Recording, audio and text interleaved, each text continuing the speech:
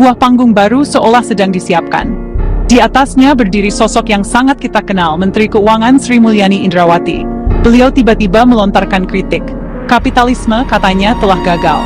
Sosialisme pun demikian, dianggap tak mampu membawa kesejahteraan. Lalu apa solusinya? Dengan nada penuh keyakinan, beliau menyodorkan sebuah jawaban ekonomi syariah.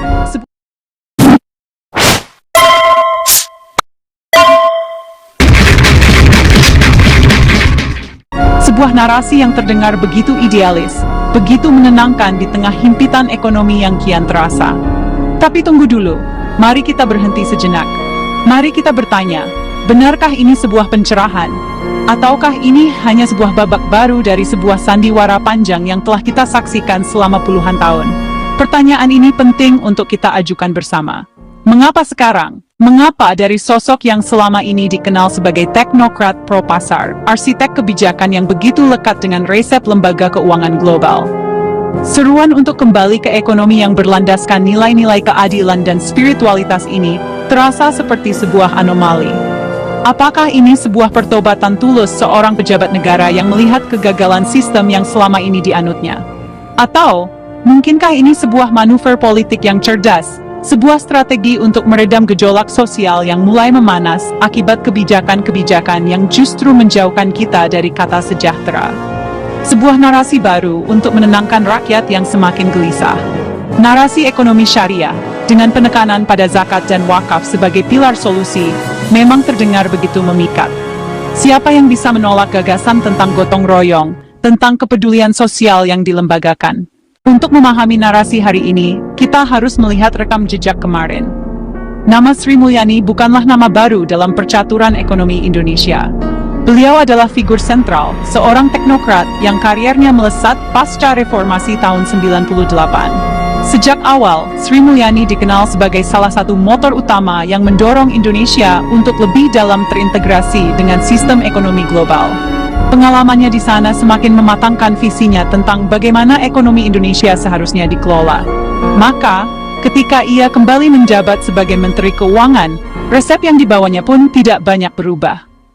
Gerakan reformasi tahun 98 adalah sebuah momentum harapan.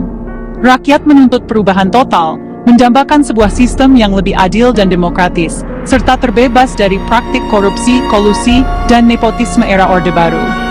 Namun, di tengah euforia itu, terjadi sebuah proses fundamental yang dampaknya baru kita rasakan sekarang. Amandemen Undang-Undang Dasar tahun 1945. Proses yang berlangsung dari tahun 1999 hingga 2002 ini. Salah satu perubahan paling krusial terjadi pada pasal 33. Sebelum amandemen, pasal ini adalah benteng pertahanan ekonomi konstitusional kita. Ayat-ayatnya dengan jelas menyatakan bahwa cabang-cabang produksi yang penting bagi negara dan menguasai hajat hidup orang banyak dikuasai oleh negara. Jadi, krisis moneter tahun 97 sampai 98 itu, ya, benar-benar jadi pintu masuk buat intervensi langsung dari lembaga keuangan internasional. Dalam kondisi ekonomi yang benar-benar hancur, Indonesia sebenarnya nggak punya banyak pilihan selain meminta bantuan dari Dana Moneter Internasional atau IMF. Bantuan itu hadir dalam bentuk pinjaman yang disertai dengan segepok resep kebijakan yang dikenal sebagai Letter of Intent atau LOI. Dan LOI ini ya, bukan cuma saran, tapi sebuah paket syarat yang wajib dijalankan pemerintah kalau mau dana talangan itu cair. Nah, resep-resep inilah yang kemudian jadi cetak biru buat liberalisasi ekonomi Indonesia secara besar-besaran dan terstruktur. Resep IMF ini, ya, sebenarnya sangat klasik dan juga seragam di banyak negara. Yang pertama, privatisasi BUMN. Yang kedua, deregulasi. Berbagai aturan yang dianggap menghambat investasi dan perdagangan bebas, ya harus dipangkas. Dan ketiga, penghapusan subsidi. Subsidi untuk BBM, listrik, dan pangan dianggap membebani anggaran serta mendistorsi pasar dia, harus dicabut. Oke, mari kita berhenti sejenak dari cerita dan coba lihat data. Karena, ya angka itu seringkali lebih jujur daripada kata-kata. Per Agustus 2025, kita dihadapkan pada realitas fiskal yang jujur saja cukup mengkhawatirkan. Utang pemerintah pusat sudah membengkak ke angka yang, wah, fantastis, jauh melampaui 8.000 triliun rupiah. Angka ini bukan cuma statistik, tapi benar-benar jadi beban nyata yang harus ditanggung oleh setiap warga negara, bahkan generasi yang belum lahir sekalipun. Krisis ini juga tercermin dari kondisi usaha mikro, kecil, dan menengah atau UMKM. Sektor yang selalu disebut-sebut sebagai tulang punggung ekonomi nasional, nyatanya masih terus terengah-engah. Suku bunga pinjaman yang tinggi benar-benar mencekik nafas mereka. Anggaran pendapatan dan belanja negara 2025 menjadi sorotan utama, dan bukan tanpa alasan. APBN ini adalah APBN transisi, disusun oleh pemerintahan saat ini, namun akan dijalankan oleh pemerintahan yang baru. Namun, alih-alih menjadi jembatan yang mulus, APBN ini justru terlihat seperti sebuah ranjau darat fiskal. Salah satu pos pengeluaran yang paling membengkak dan mengkhawatirkan adalah pembayaran bunga utang. Angkanya diproyeksikan mencapai ratusan triliun rupiah. Bahkan ada yang menyebut bisa mendekati angka 1.000 triliun rupiah dalam setahun. Ini adalah rekor tertinggi sepanjang sejarah Republik ini. Uang yang seharusnya bisa membangun ribuan sekolah, puluhan rumah sakit, atau memberikan jaring pengaman sosial yang layak bagi jutaan keluarga miskin, harus hangus hanya untuk membayar bunga dari utang yang terus menumpuk. Di tengah potret buram kondisi fiskal dan krisis ekonomi yang nyata, muncullah narasi ekonomi syariah dengan zakat dan wakaf sebagai ujung tombaknya. Secara konseptual, ini adalah gagasan yang mulia. Namun, ketika narasi ini disuarakan oleh seorang arsitek kebijakan neoliberal, kita patut merasa curiga. Ada sebuah ironi yang sangat tajam di sini, sebuah kontradiksi yang tidak bisa diabaikan begitu saja. Masalahnya, zakat dan wakaf diposisikan seolah-olah sebagai solusi utama untuk menggantikan peran negara yang gagal.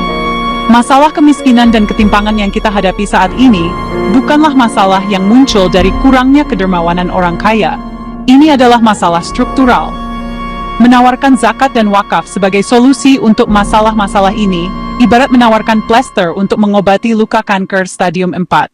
Kita sampai pada sebuah persimpangan jalan yang menentukan.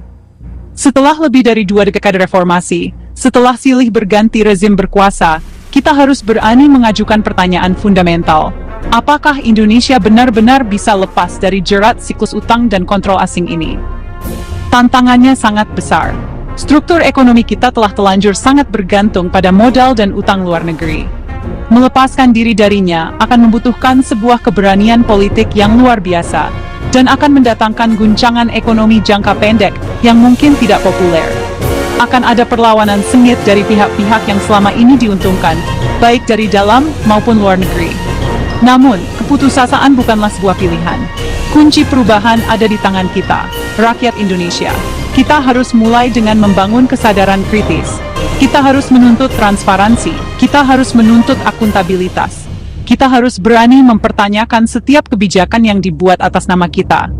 Pada akhirnya, pertanyaan ini bukan hanya untuk Sri Mulyani atau pemerintah yang sedang berkuasa. Pertanyaan ini untuk kita semua. Apakah kita akan terus menjadi penonton dari sandiwara ini, atau kita akan bangkit dan menulis naskah cerita kita sendiri? Cerita tentang sebuah bangsa yang benar-benar merdeka.